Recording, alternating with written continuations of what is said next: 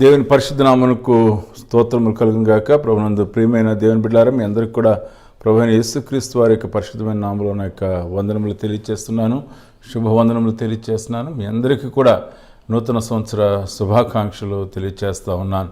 ప్రభువు మనలను గడిచిన కాలమంతా కూడా కాచి సంరక్షించి మన జీవితాల్లో అనుగ్రహించినటువంటి ఈ నూతన సంవత్సరం 2021 సంవత్సరాన్ని బట్టి ప్రభువుకు వందనాలు తెలియజేస్తూ ఉన్నాను. దేవుని బిడ్డలారా, ఉదయకాల సమయంలో మనము దేవుని సన్నిధిలో దేవుని యొక్క వాక్యాన్ని మనము ధ్యానం చేసుకుందాం. దానికన్నా ముందుగా మనము ప్రార్థనతో ఆరాధన ప్రారంభించుకుందాం. తదుపరి కొన్ని కీర్తనలు పాడుకుని దేవుని నామాన్ని గణపరుస్తాము. సమయంలో ప్రార్థించుకుందాం. మమ్మల్ని మిక్కిలిగా ప్రేమించిన మా ఘనమైన తండ్రి, ఈ ఉదయ సమయంలో మీ సన్నిధికి వచ్చి మీకు కృతజ్ఞతాస్తులు చెల్లిస్తూ ఉంటున్నాం. ఇక ప్రభా, 2021 సంవత్సరంలోనికి మీరు మమ్మల్ని ప్రవేశపెట్టినారు. దాన్ని బట్టి మీకు స్తుతులు, స్తోత్రాలు, వందనాలు చెల్లిస్తుంటున్నాం. 2020 సంవత్సరం ప్రభా మా మీద నుండి పోనిచ్చిన విధానం అంతటిని బట్టి కూడా మీకు స్తుతులు, స్తోత్రాలు, వందనాలు చెల్లిస్తున్నాం. మరి ఎంతో కష్టమైన, క్లిష్టమైన, నష్టమైన ప్రభా పరిస్థితుల గుండా మేము వెళ్ళినప్పటికీ కూడా మీ కృపను మాకు అనుగ్రహించి ప్రభా మీరు మమ్మల్ని దర్శించి ప్రభా మా జీవితాల్లో మీరు చూపిన మీ కృపను బట్టి మీకు స్తోత్రాలు చెల్లిస్తున్నాం. 2021 సంవత్సరం ప్రభా మొదటి దినంలో ప్రభా ఈ రీతిగా మీ సన్నిధిలో కనపడే భాగ్యం మీరు మాకు అనుగ్రహించినారు. ప్రభా ఈ మొదటి దినమందు కొన్ని నిమిషాలు మీ యొక్క వాక్యమును ధ్యానించుటకు మీరు మాకు అనుగ్రహించినటువంటి కృపను బట్టి మీకు వందనాలు చెల్లిస్తున్నాం. వాక్యం మీది ప్రభానైనా వినుచున్న ప్రజలు మీ వారినైనా వాక్యాన్ని మా కొరకు పంచి మన మిషన్లో ప్రార్థిస్తుంటున్నాం. మేము పాటలు పాడుచున్నప్పుడు మా పాటలు ప్రభానైనా మీ దృష్టికి అంగీకారమైనవిగా ఉండటానికి కృప చూపి నడిపించమని మీ సందులో ప్రార్థిస్తూ, మరి ఈ యొక్క ఆరాధన అంతటిని కూడా మీ పరిశుద్ధమైన హస్తాలకు అప్పచెప్పుకుంటున్నాం. అలాగనే 2021 సంవత్సరం అంతటిని కూడా మీ పరిశుద్ధమైన పాదముల దగ్గర సమర్పిస్తూ ఈ ప్రార్థన యేసు పరిశుద్ధ నామములో నడుచున్నాం తండ్రి, ఆమేన్.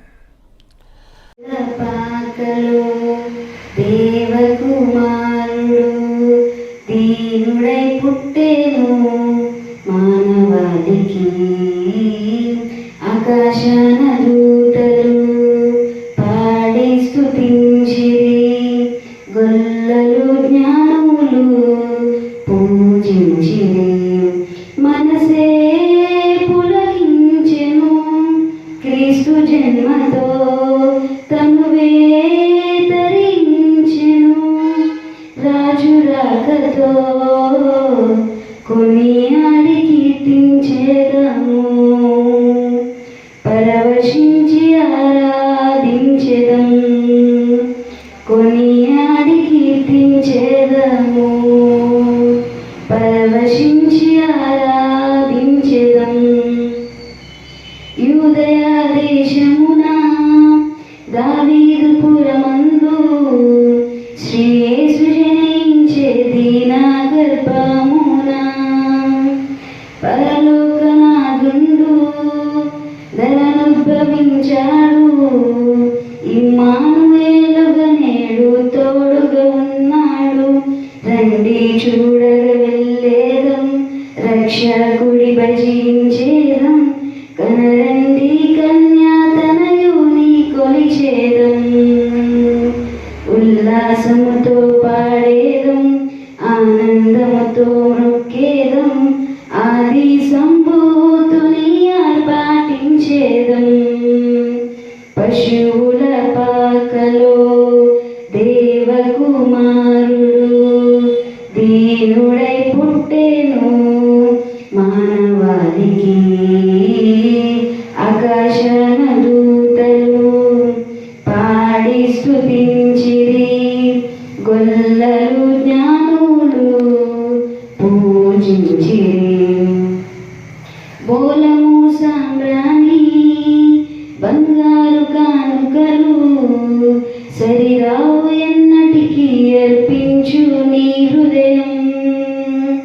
అక్షయుడు దేవుడు రక్షకుడు వచ్చాడు, మోక్షాన్ని తెచ్చాడు ఈ మానవ మనుగడకు. ఆశ్చర్యకరుడు యేసు, ఆలోచనకర్త క్రీస్తు, బలవంతుడు అయిన వాడు ఆ మహారాజు.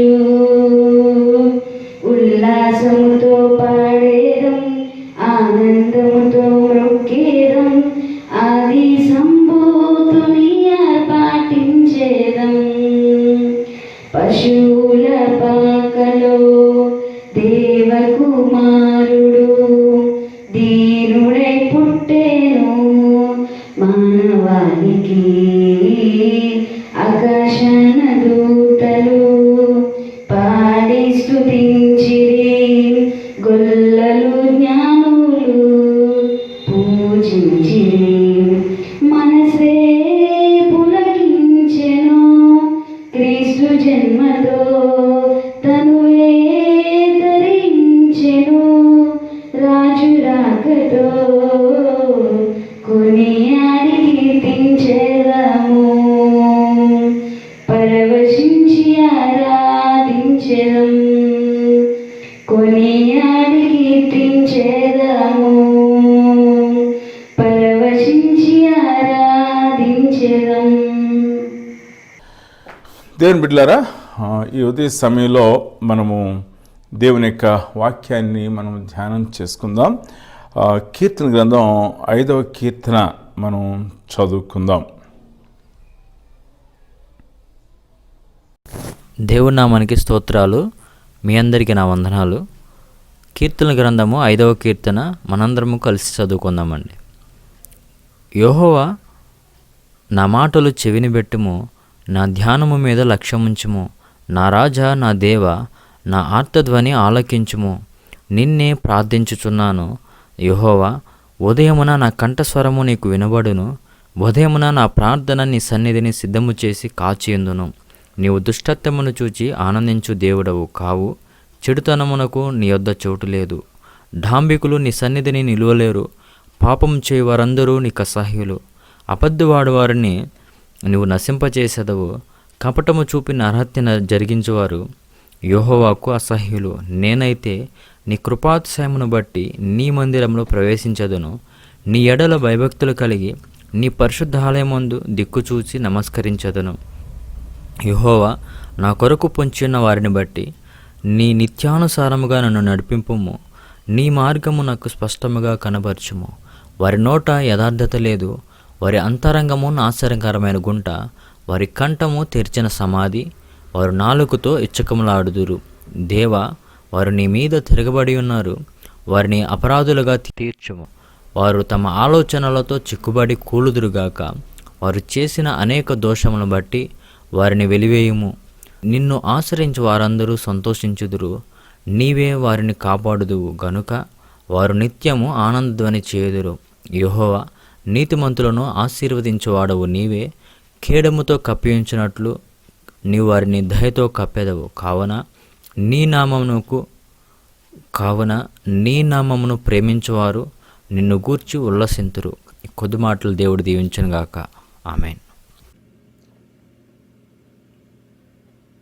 గడిచిన సంవత్సరం అంతట్లో ప్రపంచాన్నంతటినీ తలకిందులు చేసిన వైరస్ బారిని పడకుండా మనలందరినీ కాచి కాపాడి సజీవ లెక్కలో ఉంచిన మన పరలోకపు తండ్రిని మనం ఎల్లప్పుడూ స్తుతించి ఘనపరచవలసిన వారమై ఉన్నామండి.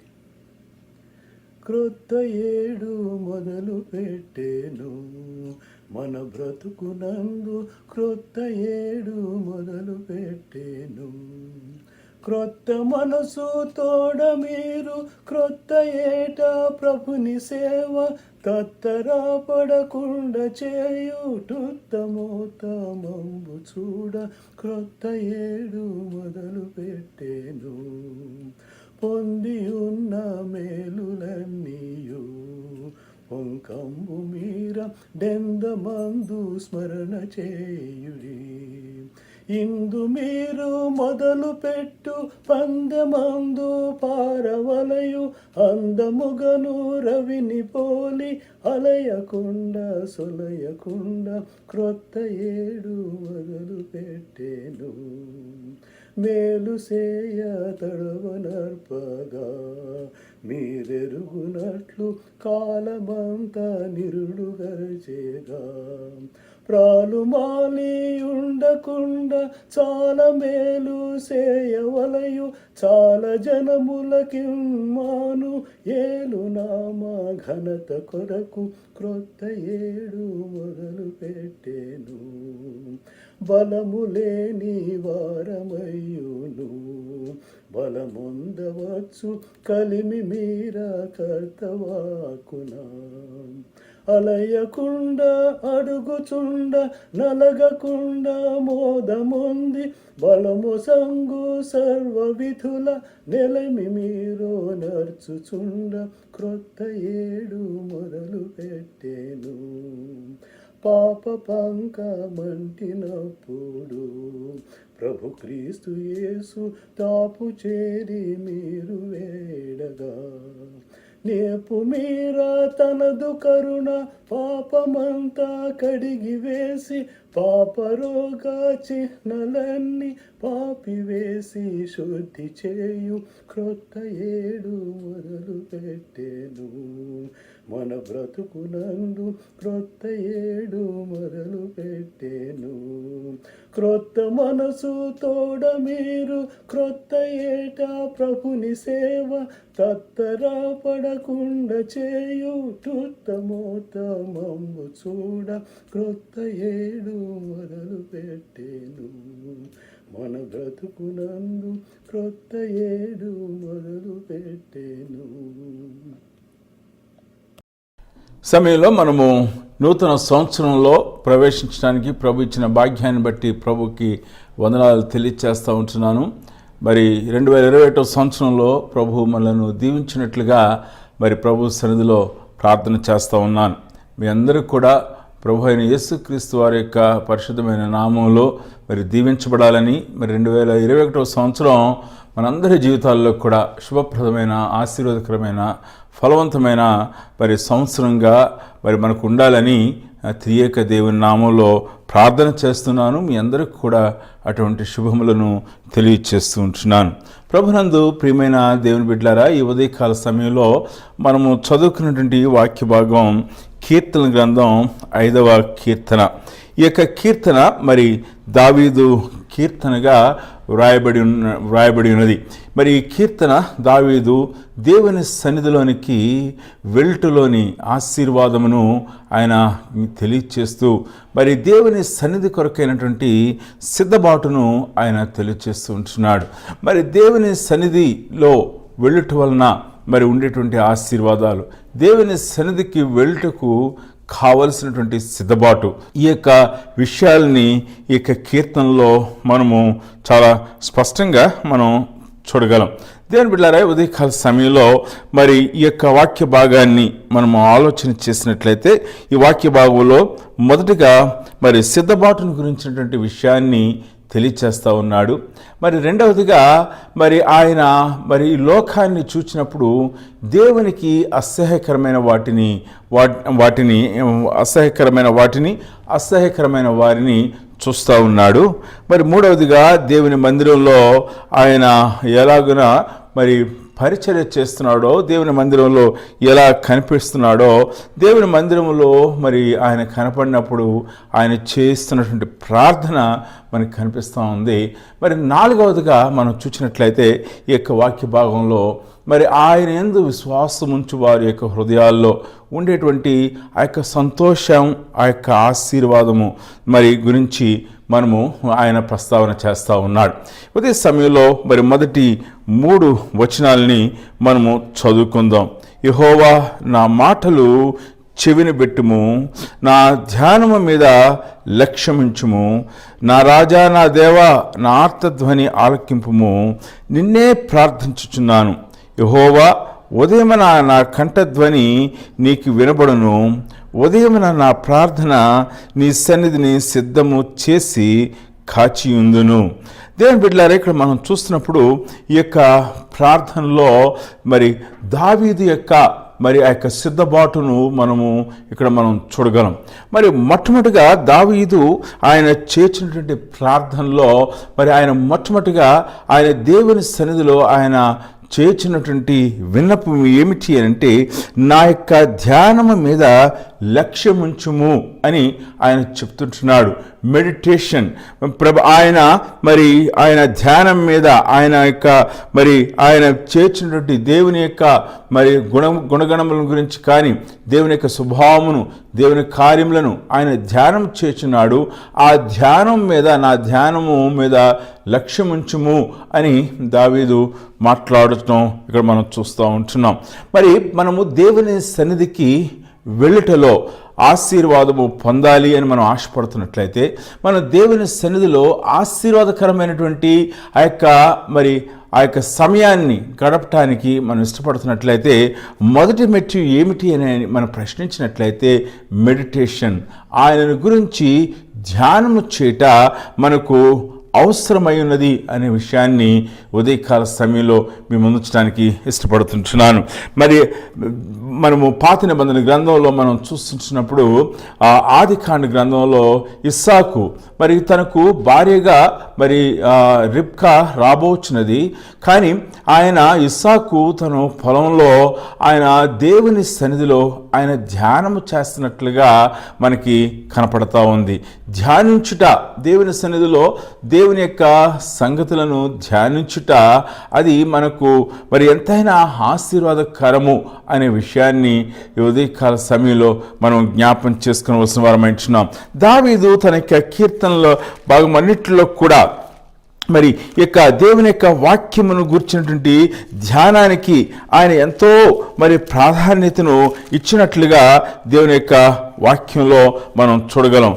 కీర్తన గ్రంథం 119వ కీర్తన మనము చదువుతున్నప్పుడు మనకు ఆ విషయమే కనిపిస్తూ ఉంది.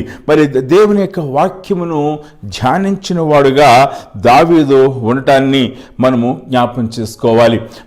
దేవుని యొక్క వాక్యమును ధ్యానిస్తున్నటువంటి దావీదు ఏమంటున్నాడంటే, నాకు క్రొవ్వు మెదడు దొరికినట్లుగా ఉన్నది అని చెప్తుంటున్నాడు. అవును ప్రభునందు ప్రియమైనటువంటి దేవుని బిడ్డలారా, మనము దేవుని సన్నిధిలో దేవుని యొక్క సత్యములను ధ్యానించుచున్నప్పుడు అది మన హృదయమునకు ఆశీర్వాదకరమైనదిగా ఉంటుంది, మన యొక్క మనస్సులను వికసింపచేసేదిగా ఉంటుంది, మన హృదయాల్ని తాకేదిగా ఉంటుంది అనే విషయాన్ని ఉదయకాల సమయంలో మనము జ్ఞాపం చేసుకునవలసిన వారం అంటున్నాం.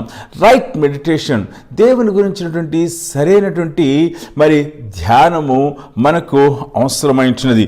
ది ఆబ్జెక్ట్ ఆఫ్ మెడిటేషన్, మనము దేని మీద ధ్యానించాలి, మనం ధ్యానించుటకు కేంద్ర బిందువు ఏమై ఉన్నది అని మనం ప్రశ్నించినట్లయితే, ఇదిగో దేవుని వాక్యమే మనము ధ్యానించడానికి కేంద్ర బిందువుగా ఉన్నది. We need to meditate upon the word of God. దేవుని యొక్క వాక్యమును మనము ధ్యానము చేయవలసిన వారమై ఉంటున్నాం. అందుకనే కీర్తన గ్రంథం 1వ కీర్తనలో ఇలాగన వ్రాయబడి ఉన్నది, యెహోవా ధర్మశాస్త్రమునందు ఆనందించుచు దివారాత్రము దానిని ధ్యానించువాడు ధన్యుడు. దేవుని యొక్క వాక్యమును, ధర్మశాస్త్రమును సంతోషిస్తూ దేవుని ధర్మశాస్త్రములో ఆనందిస్తూ ధ్యానించువాడు ధన్యుడు. దేవుని వాక్యమును ధ్యానించువాడు ధన్యుడు అని మనము దేవుని వాక్యంలో చూస్తూ ఉన్నాం. ఈ యొక్క ఉదయకాల సమయంలో మనము దేవుని యొక్క వాక్యము ధ్యానించడానికి మనకి ఒక గొప్పదైనటువంటి ఆదరణ మనకు ఉన్నది, మనకు గొప్పదైన ప్రోత్సాహము ఉన్నది. ఇదిగో దేవుని యొక్క వాక్యము, బైబిల్ గ్రంథము దేవుని యొక్క వాక్యము, ఈ యొక్క వాక్యమును మనము ధ్యానించుటలో సంతోషించడానికి ఈ యొక్క వాక్యము మనకు వాక్య ధ్యానము మనకు ఆశీర్వాదకరమైన ధ్యానముగా ఉండటానికి మనకి పరిశుద్ధాత్మ దేవుడు సహాయకారకుడిగా ఉంటున్నాడు. పరిశుద్ధాత్మ దేవుడే ఈ యొక్క వాక్యాన్ని వ్రాయించి ఉంచాడు. He is the author of the scripture. ఈ యొక్క వాక్యానికి గ్రంథకర్త ఎవరు అంటే పరిశుద్ధాత్మ దేవుడు ఉంటున్నాడు. మన యొక్క హృదయాల్లో పాపవశమైన పశ్చాత్తాపము కలుగు చేసినది ఎవరు అని అంటే మరి పరిశుద్ధాత్మ దేవుడు అంటున్నాడు. మనల్ని నీతిని గురించి ఒప్పింపచేసినది ఎవరు అంటే పరిశుద్ధాత్మ దేవుడు అంటున్నాడు. మనము యేసుక్రీస్తు ప్రభువారు దేవుడు అని మన హృదయాల్లో ఆ ఒప్పుకోలు కలుగు చేసినది ఎవరు అని అంటే పరిశుద్ధాత్ముడు అంటున్నాడు. Not through reason we found Christ, because of the conviction of the Holy Spirit we found Christ. మరి పరిశుద్ధాత్మ దేవుని యొక్క ఒప్పుకోలను బట్టి మనం క్రీస్తును మనం కనుగొని ఉన్నాం. కాబట్టి ఈ పరిశుద్ధాత్మ దేవుడు ఆయన మన కొరకు మానవాళ్ళంతటి కొరకు కూడా వ్రాయించిన ఈ పరిశుద్ధ గ్రంథాన్ని మనం ధ్యానం చేస్తున్నప్పుడు నీ హృదయంలో ఏ పరిశుద్ధాత్మ దేవుడైతే పాపం గురించి ఒప్పింపచేసినాడో ఆ పరిశుద్ధాత్మ దేవుడే ఈ యొక్క వాక్యాన్ని వ్రాయించినాడు. ఆ పరిశుద్ధాత్మ దేవుడే ఈ వాక్యము మనకు గ్రాహ్యమగునట్లుగా మరి ఆయన మనకు సహాయం చేయవాడించినాడు. మరి లూకా అపోస్తల కార్యం గ్రంథం మరి 8వ అధ్యాయంలో ఆ నపుంసకుడు గురించి మనం చూస్తున్నాం. ఆ నపుంసకుడు దేవుని యొక్క వాక్యమును మరి యెషయా గ్రంథాన్ని ధ్యానం చేస్తూ ఉన్నాడు. తన రథము మీద ప్రయాణం చేస్తూ ఆయనకు అర్థం కానప్పుడు పరిశుద్ధాత్మ దేవుడు ఫిలిప్పును పంపించి ఆ వాక్యము అర్థమవునట్లుగా ఆయనకు సహాయం చేసి ఉన్నాడు. ఇక్కడ దావీదు ఒక గొప్ప ప్రార్థన చేస్తూ ఉన్నాడు. నా ధ్యానం మీద లక్ష్యముంచుము అని ఆయన మాట్లాడుతుంటున్నాడు. మరి దేవుని యొక్క బిడ్డలారా, ఉదయకాల సమయంలో మనము దేవుని యొక్క సన్నిధిలో దేవుని యొక్క వాక్యమును మనము ధ్యానించువారముగా ఉన్నామా? దేవుని వాక్యమును మనము ఆసక్తిగా ధ్యానించువారముగా ఉన్నామా?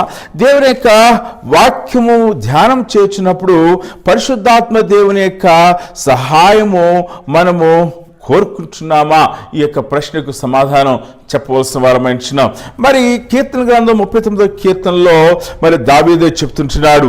మరి దేవుని యొక్క వాక్యాన్ని మరి ధ్యానము చేర్చున్నటువంటి యొక్క దావీదు మరి ఆయన ధ్యానం చేర్చుండగా మరి అక్కడ మనం చూస్తున్నప్పుడు మరి అతడు మరి ధ్యానం చేయుచుండగా మరి భక్తిహీనుల గురించి ఆలోచన చేస్తూ ఉన్నాడు.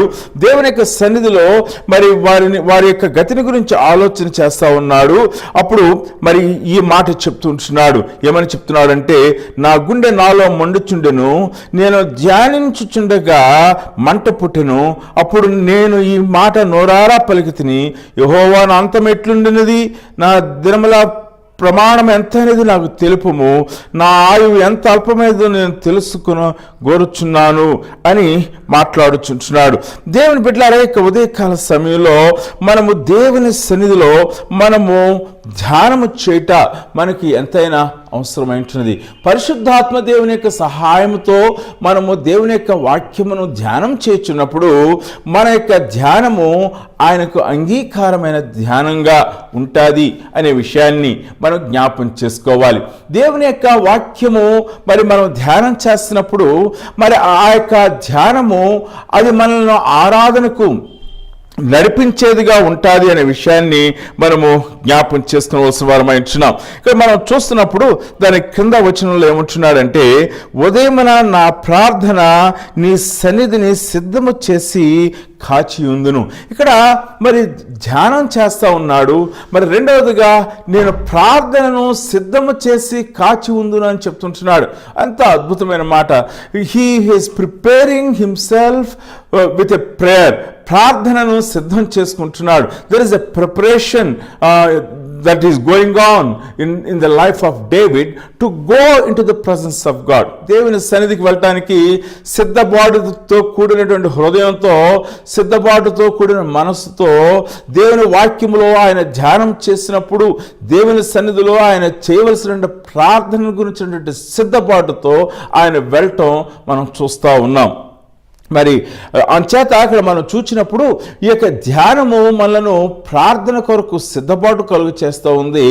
ప్రార్థన మరి మన జీవితంలో ధ్యానం నుండి మనం దేన్నైతే ధ్యానం చేసి ఉన్నామో ఆ ధ్యానం నుండి ప్రార్థన రావాల్సిన అవసరం ఎంతైనా ఉన్నది. ఇక్కడ మనము జ్ఞాపం చేసుకోవాల్సిన ఒక విషయం, మరి ఒక భక్తుడు ఈ విధంగా చెప్పాడు. ఏమన్నాడు అని అంటే, meditation is the best beginning of prayer is the best conclusion of meditation అన్నాడు. మరి ధ్యానం అనేది మరి ప్రార్థనకు మంచి ప్రారంభం, ప్రార్థన అనేది ధ్యానానికి మంచి అది మరి ముగింపు అని చెప్తుంటున్నాడు, శ్రేష్టమైన ముగింపు అంటున్నాడు. Meditation is the best beginning of prayer, prayer is the best conclusion of the meditation అంటున్నాడు. దేవుని బిడ్డలారా, యొక్క ఉదయకాల సమయంలో నీవు దేవుని యొక్క వాక్యాన్ని ధ్యానం చేస్తున్నావా? దేవుని యొక్క వాక్యానుసారమైనటువంటి ఆ యొక్క ధ్యానంలో నుండి నీ ప్రార్థన పెళ్ళికి వస్తుందా? వాక్యానుసారమైనటువంటి ఆ యొక్క విజ్ఞాపన, వాక్యానుసారమైనటువంటి ఆరాధన మన హృదయాల్లో ఉన్నదా అనేటువంటి ప్రశ్న ఉదయకాల సమయంలో మనం అడుక్కోవలసిన వారం అంటున్నాం.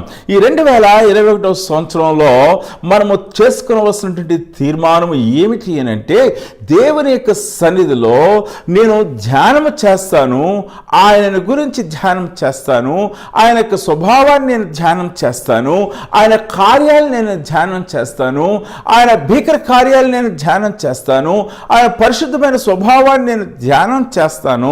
నేను ఆ యొక్క ధ్యానంలో నుండి, ఆయనకు అంగీకారమైన ధ్యానంలో నుండి వచ్చేటువంటి ప్రార్థన ఆయనకు సిద్ధం చేసుకుని ఆయన సన్నిధికి తీసుకువెళ్తాను అని ఆ యొక్క తీర్మానం చేసుకోవాల్సిన వారమైనాం. దేవుని బిడ్డలారా, ఉదయకాల సమయంలో మనము ఇటువంటి తీర్మానాన్ని ఈ నూతన సంవత్సరంలో మనము కలిగిన వారంగా ఉండాలి అని ప్రభునామంలో మరి మనం చేస్తుంటున్నాను. దయచేసి మరి కింద 2-3 వచనాన్ని మనము మరొకసారి చదువుదాం. యెహోవా, ఉదయమున నా కంఠస్వరము నీకు వినబడును, ఉదయమున నా ప్రార్థన నీ సన్నిధిని సిద్ధము చేసి కాచి ఉందును. ఇక్కడ 2వ ఆలోచన మనం చూసినట్లయితే, మొదటిగా ధ్యానం చేస్తూ ఉన్నాడు, మరి 2వదిగా ప్రార్థన చేస్తూ ఉన్నాడు. ఈ ధ్యానము ప్రార్థన మరి ఒక నాణానికి 2 వైపులు అనే విషయాన్ని మనం జ్ఞాపం చేసుకోవాలి. మరి ఎప్పుడైనా ఆలోచన చేశామా? మరి పేతురు ఆ యొక్క చర్మకారుని ఇంటి దగ్గర ఉండినప్పుడు, ఆయన మరి మేడ మీద ఉండి, మిద్దె మీద ఉండి ధ్యానం చేస్తున్నప్పుడు పరిశుద్ధాత్మ దేవుడు పేతురునకు ఇచ్చినటువంటి దర్శనము, ఆ దర్శనము పేతురును ప్రార్థనకు ప్రేరేపించింది. ఆ ప్రార్థనలో మరి తన యొక్క ఆ యొక్క అన్యజనుల కొరకైన సువార్త కొరకైనటువంటి దర్శనాన్ని పొందాడు, ఆ యొక్క పిలుపును పొందాడు. మరి ఆ యొక్క పిలుపును బట్టి ఆయన కొర్నేలి ఇంట్లో వాక్యాన్ని ప్రకటించాడు. అక్కడ పరిశుద్ధాత్మ దేవుడు దిగివచ్చినాడు. పరిచయ కొరకైన పిలుపును కూడా ఆ ధ్యానంలోనే ఆయన పొందినట్లుగా మనం చూస్తూ ఉన్నాం. కాబట్టి ధ్యానము, దేవుని వాక్యాన్ని ధ్యానం చేయుట, ప్రార్థించుట మనకి ఎంతైనా అవసరము అనే విషయాన్ని మనం జ్ఞాపం చేసుకోవాలి. 2వదిగా మనం ఆలోచన చేసినప్పుడు ఇక్కడ మరి తన సిద్ధపాటులో మొదటిగా ధ్యానం చేస్తూ ఉన్నాడు, ప్రార్థన కొరకు ధ్యానం ద్వారా చేయబడినటువంటి సిద్ధపాటులో ఆయనకి ప్రార్థన చేస్తూ ఉన్నాడు. 2వదిగా మనం ఆలోచన చేస్తున్నప్పుడు ఆయన మరి ఎన్నిసార్లు ప్రార్థన చేస్తున్నాడు, ఎప్పుడు ప్రార్థన చేస్తున్నాడు అని మనం ప్రశ్నించినట్లయితే, మరి 3వ వచనంలో ఉదయమున నా స్వరము నీకు వినబడును, ఉదయమున నా ప్రార్థన నీ సన్నిధిని సిద్ధము చేసి కాచి ఉందును. Early in the morning, in the very morning, ఉదయమున మరి నా ప్రార్థన, ప్రతి ఉదయమున నా ప్రార్థన నీ సన్నిధికి వచ్చును. మరి ఈ సమయంలో మరి ఉదయమనే ఎందుకు ప్రార్థన చేయాలి అని మనం ప్రశ్నించినట్లయితే, మరి ఈ యొక్క ప్రశ్నకు జవాబు మనం ఇలాగ పొందవచ్చు. మరి దేవుని బిడ్డలారా, ఇక్కడ ఈ యొక్క వాక్య భాగంలో మరి ఉదయమన అనే మాట 2 సార్లు చెప్పుట్లో ఒక ఉద్దేశం ఉన్నది. అది ఏమిటంటే వక్కాణిస్తున్నాడు. He was emphasising that he is going to worship God and he is going to pray to God, that he is going to make his cry known to God early in the morning. ఎందుకు అంటే దేవునికి తన జీవితంలో, మనిషి యొక్క జీవితంలో శ్రేష్టమైనటువంటి సమయము ఉదయ సమయమే. కారణం ఏంటంటే మనము రాత్రి సమయంలో మనము విశ్రాంతి తీసుకుని మన యొక్క శరీరంలో ఉన్నటువంటి బడలికను మనము తీర్చుకుని ఉదయకాల సమయంలో ఫ్రెష్గా మరి మనము చాలా మరి ఉత్సాహంగా మనము మరి తాజాగా మనం దేవుని సన్నిధి మన యొక్క శరీరం ఉంటుంది. కాబట్టి ఆ ఫ్రెష్ థాట్స్, మరి రాత్రంతా కూడా మన యొక్క శరీరము విశ్రాంతి తీసుకున్నది, మన మనస్సు విశ్రాంతి తీసుకున్నది. ఉదయకాల సమయంలో ఆ ఫ్రెష్ మైండ్తో దేవుని సన్నిధికి వెళ్ళాలి. వెళ్ళుట శ్రేయస్కరము అని మరి దావీదు తలంచి ఉన్నాడు. అంచేత అక్కడ నొక్కి చెప్తున్నాడు. ఎప్పుడైనా సరే బైబిల్ గ్రంథంలో ఒక మాట 2 సార్లు మరి ప్రస్తావించబడింది అని అంటే అది నొక్కి చెప్పుట. మాటికి ప్రస్తావించబడింది అంటే అది నొక్కి చెప్పుచున్నారు, దానికి ప్రాముఖ్యతను తెలియచేస్తున్నారు అనే విషయాన్ని మరి మనం తెలుసుకోవలసిన వారమై ఉంటున్నాం. ఎబ్బోకు రేవు దగ్గర కూడా రాత్రంతా కూడా పెనుగులాడాడు. ఉదయకాల సమయంలో మరి దేవుడు ఆయనను ఆశీర్వదించినట్లుగా మనము చూస్తూ ఉంటున్నాం.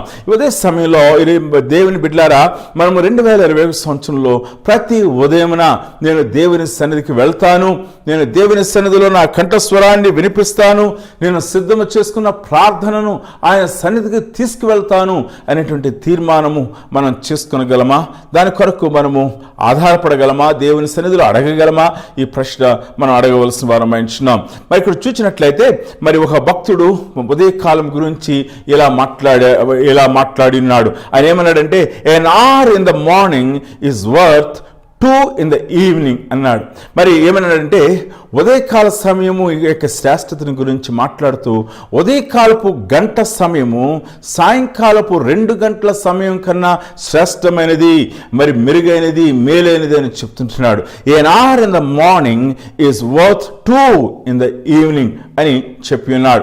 దేవుని బిడ్డలారా, ఉదయకాల సమయంలో మన యొక్క జీవితంలో ఆ యొక్క దేవునికి ఇవ్వవలసిన ఆ శ్రేష్టమైన సమయాన్ని ప్రతి ఉదయాన్ని మనము ఆయనకు ఇవ్వగలమా? ఈ ప్రశ్న మనము అడగవలసిన వారమై ఉంటున్నాం. మరి మూడవదిగా ఈ యొక్క 3 వచనాలలో ఈ సిద్ధబాటులోని మరి మూడవదిగా మనం చూసినట్లయితే మనకి కనిపించేటువంటి మాట మరి ఏమిటి అని అంటే, నా రాజా, నా దేవా అని సంబోధిస్తూ ఉంటున్నాడు. మరి చార్లెస్ స్పర్జన్ అనేటువంటి ఆయన ఈ మాటను ఆయన చెప్పి ఉన్నాడు. మనము మరి ఉదయమున లేచి ప్రార్థించుట కాదు కానీ ఉదయమున లేచి ప్రార్థించుట కాదు కానీ ప్రార్థించుట కొరకు ఉదయాన్ని లేవాలి అని చెప్పాడు. అద్భుతమైన మాట. మనం ఉదయాన్నే లేచి ప్రార్థించుట కొరకు కాదు కానీ ప్రార్థించుట కొరకు ఉదయాన్ని లేవాలి అని చెప్పిన మాట అద్భుతమైన మాట. దైవ భక్తులైన వారు, దైవజనులైన వారు అనేక మంది వారి యొక్క భక్తి జీవితంలో వారు ఉదయాన్నే లేచిన వారుగా, ఉదయాన్నే ధ్యానం చేసిన వారుగా, వేకువనే వారు ప్రార్థించిన వారుగా ఉంటున్నారు. మన సహవాసపు నాయకులు మరి వ్యవస్థాపకులు యేసరత్నయ్య గారు మరి వారి యొక్క కుటుంబంలో మనం చూచింది అదే. వేకువని 3 గంటలకే వారు లేచినటువంటి సందర్భం, మరి ప్రార్థించినటువంటి సందర్భం మనం చూస్తూ ఉన్నాం. ఇక్కడ మనం చూసినప్పుడు ఆయన అంటున్నాడు, మరి అడ్రస్ చేస్తున్నాడు. ఏమని అడ్రస్ చేస్తున్నాడంటే, నా రాజా, నా దేవా అని సంబోధిస్తుంటున్నాడు. నా ఆర్తధ్వని ఆలకించుము. నా రాజా, నా దేవా. దావీదు తన జీవితంలో దేవుణ్ణి ఎలా తెలుసుకున్నాడు, ఏమైనా తెలుసుకున్నాడు అని మనం ప్రశ్నించినట్లయితే, దావీదు తన జీవితంలో దేవునిని దేవుడిగా, ఆయన రాజుగా ఆయన గుర్తించినాడు. నా రాజా, my king and my lord. ఇక్కడ ఒక గొప్పదైనటువంటి మర్మాన్ని ఒక ఆయన ఇలా చెప్పాడు. మరి రాజు పరిపాలకుడైనట్లయితే తాను పరిపాలించు ప్రజల యొక్క మరి సమస్యలను రాజు వింటాడు. ఎంచేతనంటే మరి ఏ రాజు అయితే ప్రజల యొక్క సమస్యలకు పెడచెవిని పెడతాడో అతడు రాజుగా ఉండటానికి వీలు లేదు. మరి ఏ రాజు అయితే ప్రజల యొక్క సమస్యలను వింటాడో, ప్రజల యొక్క బాధను వింటాడో అతడు రాజు ఇచ్చినాడు. రాజుకున్నటువంటి మోరల్ ఆబ్లిగేషన్ ఏమిటి అని అంటే, మరి నైతిక సంబంధమైనటువంటి ఆ యొక్క అవసరత ఏమిటి అని అంటే, తాను పరిపాలించుచున్నటువంటి ప్రజల యొక్క కష్టాలు వినటం, వారి యొక్క అవసరతలు వినటం, వారి యొక్క అవసరతలకు తన రాజ్య అధికారము చొప్పున పరిష్కారము చేయుట రాజు యొక్క లక్షణమై ఉంటున్నది. ఒకవేళ అటువంటి లక్షణం లేనట్లయితే ప్రజల యొక్క మనోభావాలు, ప్రజల యొక్క అవసరతలు, ప్రజల యొక్క హృదయ ఆక్రందనలను వినేటువంటి స్వభావము రాజుకు లేనట్లయితే అతడు రాజుగా ఉండటానికి వీలు లేదు. ఇక్కడ రాజైనటువంటి దావీదు ఆయన దేవునితో ప్రార్థన చేస్తున్నాడు. ఏమంటున్నాడంటే, నీవు నాకు రాజువు, నేను నీకు దగ్గర దగ్గరికి నా యొక్క హృదయ స్పందనను, హృదయ ఆక్రందనను తీసుకుని వస్తూ ఉన్నాను. నా యొక్క హృదయంలో ఉన్న అవసరతలను నేను తీసుకుని వస్తున్నాను. నీవు నా మొరలను, నేను నీ పరిపాలకుడును కనుక నువ్వు పరిపాలన చేయుచున్నావు. నువ్వు పాలించేవాడు, నేను పాలింపబడేవాడను. ఓ దేవుడా, ఓ రాజా, కాబట్టి నీవు నన్ను నా హృదయపు ఆర్తధ్వని వినుము అని ఆయన చెప్తుంటున్నాడు. సొలొమోను రాజు దగ్గరకు ఎలాగున ఆ ఇద్దరు స్త్రీలు మరి వచ్చి ఉన్నారో, ఆ కుమారుని విషయమై వచ్చి ఉన్నారో, అలాగున మరి మనము దేవుని దగ్గరకు మన యొక్క న్యాయం విషయమై, మన దేవుని కనికరం విషయమై ఆయన సన్నిధికి మనము వెళ్ళవలసిన వారమై ఉంటున్నాం. ఈ లోకపు రాజులు వారు మన యొక్క మనవులను వినకపోవచ్చు, కానీ పరలోకపు రాజు ఆయన మన ప్రార్థనను అంగీకరించువాడు అనే నిశ్చయాన్ని ఉదయకాల సమయంలో మనం కలిగిన వారంగా ఉండవలసిన వారమై ఉంటున్నాం. దేవుని బిడ్డలారా, ఈ ఉదయకాల సమయంలో దావీదు యొక్క సంబోధన దేవుని దగ్గరికి వెళ్తున్నప్పుడు ఆయన ఎవరో ఆయన ఎరిగిన వాడయండి. ఆ యొక్క రాజు దగ్గరికి వెళ్తున్నాను, నేను రాజును సంధిస్తూ ఉన్నాను, నేను రాజుతో మాట్లాడబోతూ ఉన్నాను, నాకు న్యాయం జరుగుటకు, నా అవసరతలు తీర్చుటకు ఈ రాజు, ఈ పరలోకపు రాజు, ఈ దేవదేవుడు నాకు సహాయకుడు అనే ఆ యొక్క విశ్వాసంతో ఆయన దగ్గరికి వెళ్తున్నాడు. నీ యొక్క జీవితంలో మరి ప్రార్థించుటకు యేసు ప్రభువారి దగ్గరికి వస్తున్నప్పుడు ఈ యొక్క భావనను కలిగిన వాడుగా, కలిగిన దానుగా ఉంచున్నావా? ఆయన యొక్క ప్రజగా ఉండినటువంటి నీవు మరి ఆయన సన్నిధిలో ఆయన నా రాజు, ఆయన పరలోకపు రాజు కనుక ఆయన నా ప్రార్థన ఆలకిస్తాడు అనేటువంటి విశ్వాసంతో మనము ఆయన దగ్గరికి వెళుచున్నామా అనే ప్రశ్న మనం అడగవలసిన వారం అంటున్నాం. లేక యాదాలాపనగా మరి మనం వెళుచున్నామా అనేటువంటి ప్రశ్న మనం అడగవలసిన వారం అంటున్నాం. కీర్తన గ్రంథం 100వ కీర్తనలో ఒక అద్భుతమైన మాట మరి మనం చూస్తూ ఉన్నాం. మనము ఆయన ప్రజలము, ఆయన మేపు గొర్రెలము. We are his people, he is king and we are his people. మనం ఆయన ప్రజలము, ఆయన మేపు గొర్రెలము. కాబట్టి దావీదు అద్భుతంగా ప్రార్థన చేస్తూ ఉన్నాడు. నా రాజా, నా దేవా అని ప్రార్థిస్తున్నాడు. He understood God as his king. Saul కూడా తన జీవితంలో యేసు ప్రభువారిని అనాలోచనగా ఆలోచన చేసి ఉన్నాడు, కానీ దమస్కు మార్గంలో యేసు ప్రభువారిని ప్రభువుగా గుర్తెరిగాడు. అంచేత తన జీవితంలో మరి ఒక విప్లవాత్మకమైన మార్పు వచ్చింది అనే విషయాన్ని ఉదయకాల సమయంలో జ్ఞాపకం చేసుకునవలసిన వారం అంటున్నాం. ఈ యొక్క వాక్య భాగంలో మనం చూస్తుంటున్నప్పుడు మరి చివరిగా ఇక 3వ వచనాల్లో మరి 3వ ఆలోచన ఏమనగా, మరి ఇక్కడ చూసినట్లయితే నిన్నే ప్రార్థించుచున్నాను. దేవుని బిడ్డలారా, ఉదయకాల సమయంలో the object of meditation is God's word. The object of our prayer and worship is God and God alone. మన యొక్క ప్రార్థనకి కేంద్రం దేవుడు మాత్రమే. అక్కడ ఆ మాట నిన్నే అనేటువంటి పదం అద్భుతమైన పదం. మరి there is no other God beside you. నీకు ప్రక్కన మరి ఎవరు కూడా లేరు. There is no other God beside you. There is no other God who can help me. నీకు ప్రక్కన ఇంకెవరు కూడా దేవుళ్ళు లేరు, నీకు ప్రక్కన ఇంకెవరు కూడా రాజులు లేరు. My sole focus is only on you and you alone. నా యొక్క దృష్టి, నా కేంద్రము కేవలము నీ మీద మాత్రమే ఉన్నది, కేవలము నీ మీద మాత్రమే ఉన్నది. నిన్నే ప్రార్థించుచున్నాను. What a focused prayer it was. చాలాసార్లు మన యొక్క ఆత్మీయమైన జీవితాల్లో మన ప్రభువుని గురించి మనము తక్కువ ఆలోచన కలిగిన వారంగా ఉంటున్నాము కనుక నిన్నే ప్రార్థించున్నాను అనేటువంటి ఆ ఎక్స్క్లూసివ్ ఫోకస్ మన యొక్క జీవితంలో మనం ఇవ్వగలుగుచుంటున్నామా? యేసుక్రీస్తు ప్రభువారు మనకందరికీ కూడా మరి అవసరమైనటువంటి తలంపును ఆయన సువార్తల భాగంలో ఇచ్చి ఉన్నారు. ఆయన దేవాలయం కన్నా గొప్పవాడుగా ఆయన తెలియచేసుకుని ఉన్నారు. ఆయన యోనా కన్నా గొప్పవాడుగా, ఆయన సొలొమోను కన్నా గొప్పవాడుగా, అబ్రహాము కన్నా గొప్పవాడుగా, యాకోబు కన్నా గొప్పవాడుగా, మరి ఆయన మోషే కన్నా గొప్పవాడుగా ఆయన బయలుపరుచుకుని ఉన్నారు. దేవుని బిడ్డలారా, ఉదయకాల సమయంలో గొప్పవాడైనటువంటి యేసుక్రీస్తు ప్రభువారి దగ్గర ఈ ప్రార్థన చేస్తున్నామా? నిన్నే ప్రార్థించుచున్నాను. ఈ 2021 సంవత్సరంలో యేసుక్రీస్తు ప్రభువారిని మన హృదయ సింహాసనం మీద నీవే రాజువు, నీవే దేవుడు, నిన్నే ప్రార్థించుచున్నాను. ఆ యొక్క డైనమిక్ ఎక్స్క్లూసివ్ రిలేషన్షిప్ కొరకు మనం ఆశపడుచున్నామా? దేవుణ్ణి ప్రేమించుట కన్నా ఎక్కువ నువ్వు దేనిని ప్రేమించినప్పుడు కూడా అది నీ హృదయంలో ఒక ఆత్మీయమైన విగ్రహము, అది ఒక అబద్ధపు మరి దేవుడిగా నీ హృదయంలో ఉంటున్నాడు. Anything that you love other than God is an idolatry. David చెప్తున్నాడు, నేను నిన్నే ప్రార్థించుచున్నాను. ఎంత గొప్ప ప్రార్థన అండి. మరి మనము లూకా సువార్తలో మరి 18వ అధ్యాయంలో మనం చూస్తూ ఉన్నాం.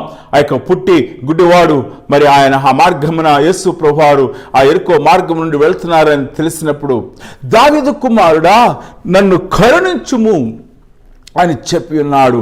ఆయన దావీదు కుమారుడా నన్ను కరుణించుము అని కేకలు వేసి ఉన్నాడు. అక్కడ ఉన్న వారందరూ కూడా, మరి నీవు ఎందుకు ఈ పని చేస్తున్నావు, నువ్వు నెమ్మళగించుము, ప్రభువు వెళ్తున్నాడు, ఆయనను నెమ్మళపరచడానికి, ఆయనను మౌనంగా చేయడానికి ప్రయత్నం చేశారు. మరి అక్కడ మనం వాక్య భాగంలో మనం చూస్తూ ఉంటాం. లూకా సువార్త 18వ అధ్యాయం ఆఖరి భాగాల్లో మనం చూస్తూ ఉంటాము.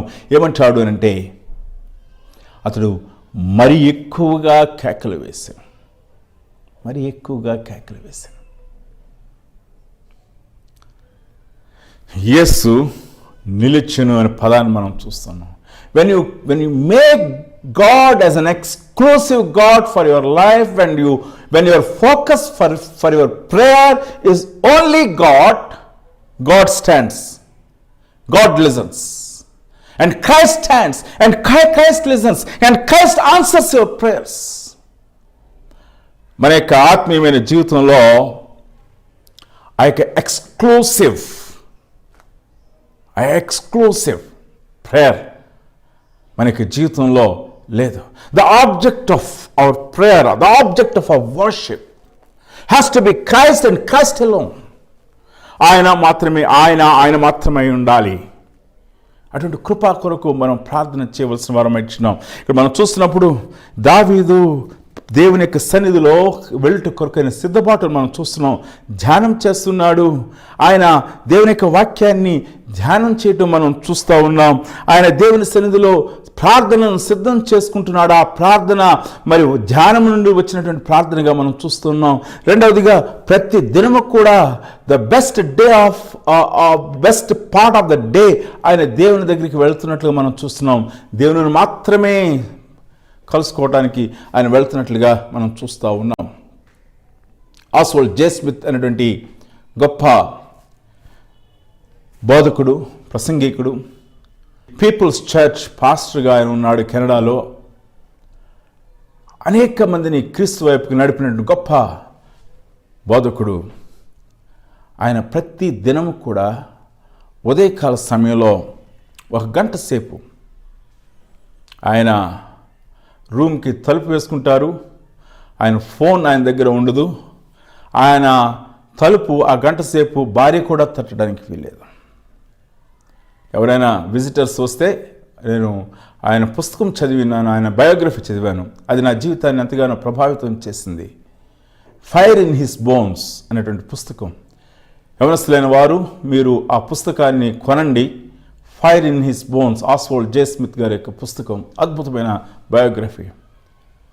ఆయన భార్య చెప్పే మాట ఏంటంటే, ఎవరైనా వచ్చి ఆస్వాల్డ్ జే స్మిత్ గారు 1 నిమిషం కొరకు కలవాలని అంటే ఆమె చెప్పే మాట ఏమిటనంటే, he's having an appointment with somebody and at this time we cannot talk to her.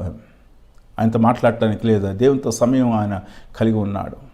ఎవరితో అపాయింట్మెంట్ అంటే, he's having an appointment with God and he's busy talking with God. దేవుని బిడ్డలారా, అటువంటి నిన్నే ప్రార్థించున్నానటువంటి అనుభవంలోనికి మనము రావాల్సిన వారం ఇచ్చినాం. 2021 సంవత్సరంలో ఈ యొక్క స్లోగన్ని చేత పట్టుకునండి. మనమందరం కూడా పట్టుకుందాం. నిన్నే ప్రార్థించున్నాను, నిన్నే నేను కలిగి ఉంటాను, నిన్నే నేను వెంబడిస్తాను. O lord, you alone, you alone, you alone are precious to me. నువ్వు మాత్రమే నాకు ప్రియమైన వాడవు. ఒక ప్రసంగికుడు ఆయన మాట చెప్పినాడు. రెండవ రాకడ గురించి అనేకమైన సిద్ధాంతాలు ఉన్నాయి. మరి ఆయన ఎప్పుడు వస్తారో ఎలా తెలుసుకుంటారు అని అడిగినప్పుడు ఈ ప్రసంగికుడి మాట చెప్పినాడు. ప్రియురాల్ని ప్రియుడు గుర్తుపడతాడు, ప్రియుడిని ప్రియురాలు గుర్తుపడుతుంది. ఎందుకంటే వారు మరి అన్యోన్యమైన సహవాసం కలిగి ఉంటారు కనుక వారు గుర్తుపడతారు. ఎవరైతే యేసుక్రీస్తు ప్రభువారిని వ్యక్తిగతంగా నిన్నే అనేటువంటి అనుభవంలో ఉంటారో, సంఘం ఎత్తబడుతున్నప్పుడు ఎత్తబడే గుంపులో వారు ఉంటారు. వారు తమ రక్షకుని, తమ దేవుణ్ణి వారు గుర్తుపడతారు. నిన్నే ఆ రక్షకుడు వీరిని గుర్తుపడుతున్నాడు కనుక తను ప్రార్థించిన వారిని ఆయన ఎరుగను కనుక ఆయన వారిని రూపాంతరపరుస్తాడు. నిన్నే ప్రార్థించుచున్నాను. సిద్ధబాటు, దేవుని సన్నిధిలోనికి వెళ్ళుటకైన సిద్ధబాటు మనం చూచున్నాం. రెండవ భాగం మనం చూసినట్లయితే 4వ వచనము, 5వ వచనము, అలాగనే 9వ వచనము, 10వ వచనాన్ని మనం చూసినట్లయితే ఇక్కడ అకస్మాత్తుగా దుష్టులను గురించి తీసుకుని వస్తూ ఉన్నాడు. ఇక వాక్య భాగాన్ని మనం చదువుతున్నప్పుడు నాకు వచ్చినటువంటి మొదటి తలంపు ఏమిటంటే, పరిసయ్యుడు మరి సుంకరి చేసిన ప్రార్థనల వంటి ప్రార్థనలాగా కనిపించట్లేదా ఇది? ఆయన ప్రార్థన చేస్తూ అకస్మాత్తుగా దుష్టులను తీసుకువచ్చినాడు అని నేను తలంచాను. కానీ వాక్యాన్ని మనం జాగ్రత్తగా ధ్యానం చేస్తున్నప్పుడు ఇక్కడ అద్భుతమైన సత్యాన్ని మనం నేర్చుకునవలసిన వారమైంచున్నాం. నీవు దుష్టత్వమును చూచి ఆనందించు దేవుడు కావు. The wickedness. What is wickedness? There is a thin line between wisdom and wickedness. జ్ఞానానికి దుర్మార్గానికి ఒక సన్నని తేడా మాత్రమే ఉన్నది. వికెడ్నెస్, దుష్టుడు. అబ్షాలోము రాజు కావటం మంచిదే, కానీ మరి తండ్రిని చంపివేసి రాజుగా అవటం అనేది దుష్టత్వం. ఇక్కడ చూడండి ఏమంటున్నాడు, నీవు దుష్టత్వమును చూచి ఆనందించువాడవు కావు, చెడుతనమునకు నీ యొద్ద చోటు లేదు. Whatever is the wickedness, whatever is the iniquity that we talk about it, God hates wickedness and iniquity. There is no room for iniquity. కయీనును ఆయన తిరస్కరించడానికి కారణము కయీను హృదయంలో ఉన్నటువంటి ఆ ఇనిక్విటీని ఆయన చూచి ఉన్నాడు. There is no room for iniquity before God. 5వ వచనం చూడండి, డాంబికులు నీ సన్నిధిని నిలవలేరు, పాపము చేయవారందరూ నీకు అసహ్యులు, అబద్ధమాడు వారిని నువ్వు నశింపచేదువు, కపటము చూపి నరహత్య జరిగించేవారు యెహోవాకు అసహ్యులు. ఇక వికెడ్నెస్లో మనము ఈ ప్యాకేజీలో చూస్తూ ఉన్నాం. అబద్ధమాడేవారు, కపటము కలిగిన వారు, పాపము చేయవారు, డాంబికులు.